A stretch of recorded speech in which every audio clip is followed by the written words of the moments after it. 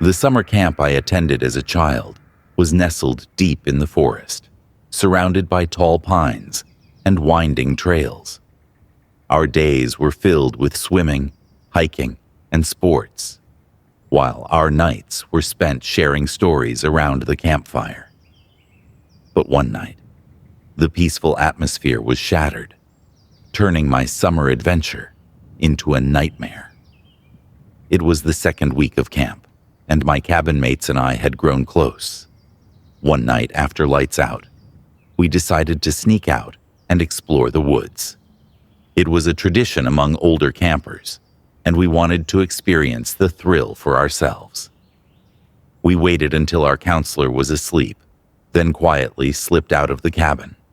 The moon was full, casting an eerie glow on the forest floor as we made our way down a narrow trail. We laughed and joked, feeling a mix of fear and excitement. After about 20 minutes, we reached a small clearing where we decided to rest. We all laid down and looked at the stars for a while until one of my friends whispered, "Did you hear that?" We all fell silent, straining to listen. At first, there was nothing, just the usual sounds of the forest. Then we heard it, a soft rustling in the bushes nearby. "Probably just an animal," I said, trying to sound confident. But the rustling grew louder, closer. We huddled together, our flashlights scanning the darkness. Out of nowhere, a figure emerged from the shadows. It was a man, tall and imposing, with a large flashlight in one hand and a hunting rifle slung over his shoulder. His face was hidden under a wide-brimmed hat, and his eyes glinted menacingly in the moonlight.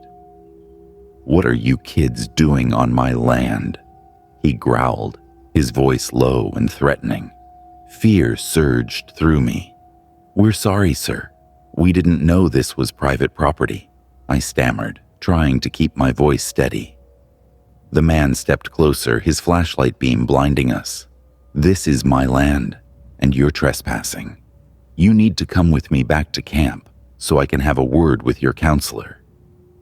"We'll just head back ourselves. No need to trouble you," one of my friends said, his voice shaking. "No, you'll come with me," the man insisted, his grip tightening on the flashlight. "Now." Reluctantly, we began to follow him, our fear growing with each step. After a few minutes, I started to notice something was off. We were heading deeper into the woods, away from the camp. My heart pounded in my chest as I realized he was leading us in the wrong direction. "Hey, I think we're going the wrong way," I said, trying to sound casual. The man stopped and turned, his expression darkening. "Just keep walking," he ordered. Panic took hold. "Run!" I shouted, and we scattered in different directions. The man cursed and started chasing after one of my friends, his flashlight beam bouncing wildly through the trees. I ran as fast as I could, branches whipping against my face. My lungs burned and my legs felt like they would give out, but I didn't stop. Eventually, I broke through the trees and saw the camp's lights ahead. Gasping for breath, I stumbled into the clearing, looking around frantically for my friends. One by one, they emerged from the woods, all except for Jake. My heart sank. We ran to our cabin and shook our counselor awake, telling him everything that had happened. His face turned pale, and he quickly radioed the camp director. A search party was assembled, and we scoured the woods, calling Jake's name. Fear and guilt gnawed at me, the dark woods feeling more sinister than ever before. Finally, we heard a faint splash from the lake. We rushed to the dock and found Jake hiding in the water, clinging to the wooden beams underneath. He was shaking and terrified, but otherwise unharmed. "He was right behind me," Jake whispered, his voice trembling. "I thought he was going to catch me." The man was nowhere to be found. The police were called, and they searched the area thoroughly. The camp director assured us that all the surrounding land was owned by the camp, and they had no idea where the man could have come from. The camp session ended 3 days early, and we were all sent home, our summer adventure cut short by the terrifying encounter. The police continued their investigation, but they never found any trace of the man. The experience left a deep scar. The woods, once a place of adventure and excitement, now held a sinister air. The thrill of sneaking out at night was replaced by a lingering fear of the unknown. Every rustle of leaves, every snap of a twig reminded us of the man who turned our summer fun into a horrifying ordeal.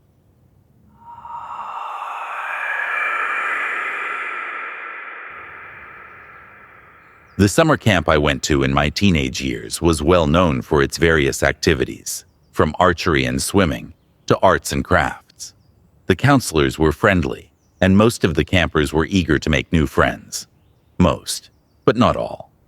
There was one boy in particular, named Eric, who stood out for his silence and isolation. Eric was a tall, lanky kid with a mop of dark hair and piercing eyes. He rarely spoke and seemed to prefer the company of his pocket knife, which he used to carve intricate designs into sticks, over that of other campers. I felt a strange compulsion to befriend Eric. Maybe it was pity, or perhaps curiosity. Either way, I made it my mission to get him to open up. Over the first few days, I tried to include him in various activities, but he always declined, opting instead for solitary pursuits that involved weapons like archery. "Hey Eric, want to join us for a game of soccer?" I asked one afternoon. He shook his head without looking up from the stick he was carving. Undeterred, I kept asking. Finally, after nearly a week of persistence, he agreed to come swimming with us at the lake. "Fine, I'll come," he said, his voice barely above a whisper. I was thrilled, thinking this was my chance to finally connect with him. At the lake, he stayed on the outskirts, watching the others with a detached expression. After a while, he approached me. "There's a creek that branches off from the lake. Want to check it out?" he asked, his eyes glinting with something I couldn't quite place. We weren't supposed to leave the designated swimming area, but I thought this might be a breakthrough in getting Eric to open up. "Sure, let's go," I said, trying to sound enthusiastic. We waded through the water and followed the creek upstream. It was a peaceful walk at first, with the sound of the babbling brook and the chirping of birds. After about 20 minutes, we came to a part of the creek that widened into a small pool, surrounded by thick trees. "This is cool," I said, looking around. But before I could say anything else, I felt Eric's hands push on my shoulders, forcing my head into the pool of water. He was trying to drown me. I struggled to regain my footing, but he was on top of me, his hands pressing down harder on my shoulders, keeping me underwater. Panic set in as I thrashed, trying to free myself. The water was murky, and my lungs burned for air. Just when I thought I was going to drown, I heard shouting from the shore. A strong hand grabbed my arm and pulled me up. It was one of the counselors. He had seen us leave the lake and followed us. He yanked Eric off me and dragged him to the shore. I gasped for air, my head spinning from the blow and the lack of oxygen. "What is going on here?" the counselor demanded, holding Eric firmly by the arm. Eric said nothing, his face a blank mask. The counselor quickly called for backup, and within minutes, more staff arrived to take control of the situation. They escorted Eric back to the camp, and I was taken to the infirmary. My parents were called, and they arrived at the camp within a couple of hours, furious and scared. The camp director explained everything that had happened. I was then transported to a local hospital to make sure everything was fine. Luckily, I wasn't underwater long enough to have any injury or long-lasting bodily issues from it. Eric's parents also showed up that night and were baffled by Eric's actions.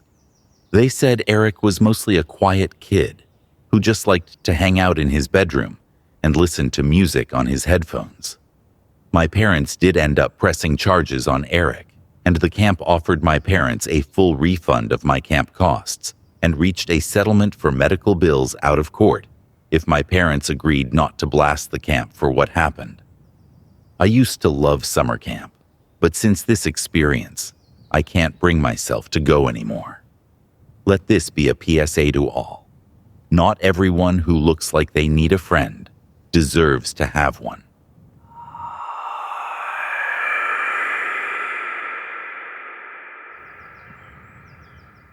As a kid, I used to go to a summer camp about an hour away from my house. It was small but really fun. There were all kinds of activities and things to do, and a spread of cabins sprinkled about on the property. This year, I was assigned to Cabin 7, a slightly older, more rustic cabin on the edge of the campgrounds.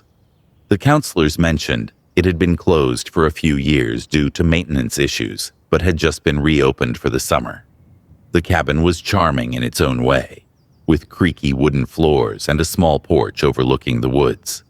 My cabin mates and I quickly bonded over our shared excitement. There were 5 of us: Mark, Blake, Tony, Sam, and me. We spent our days participating in camp activities and our nights making jokes and thinking about how to prank the girls' cabins.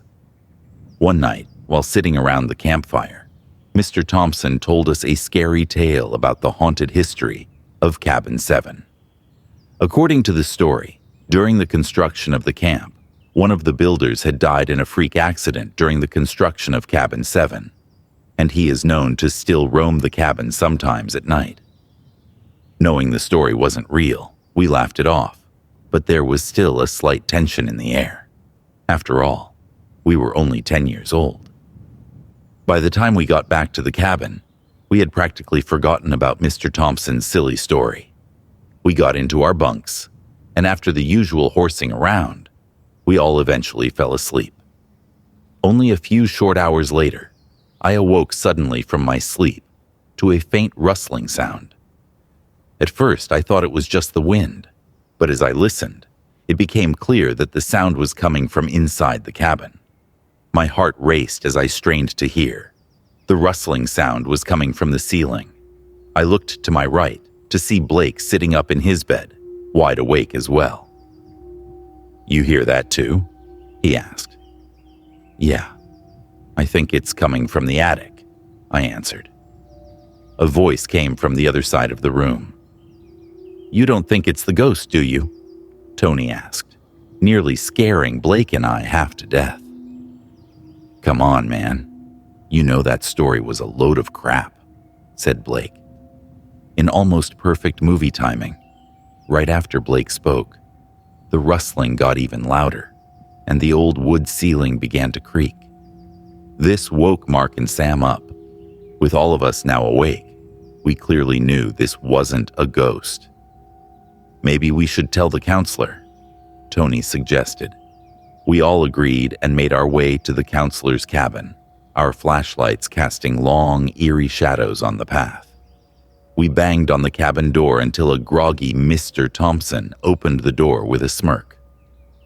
"That campfire story freak you boys out?"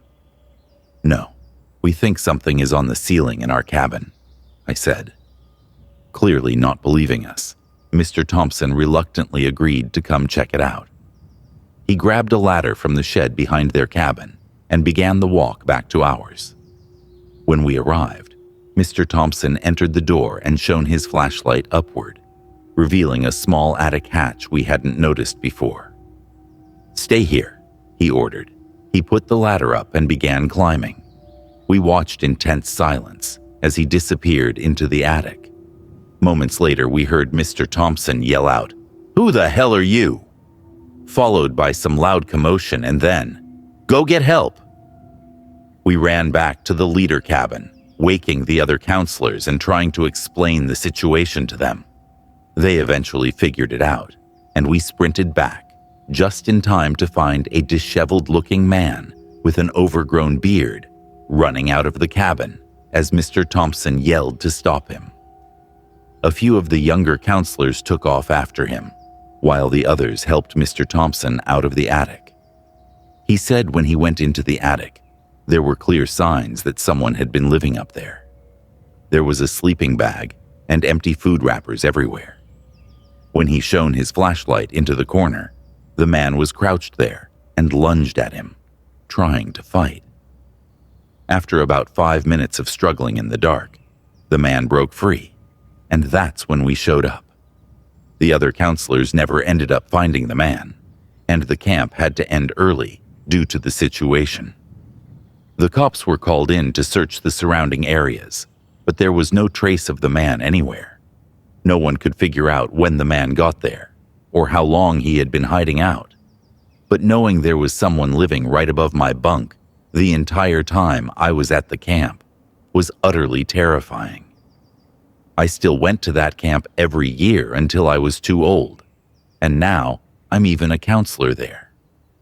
But since this incident, I haven't stepped foot in Cabin 7 again.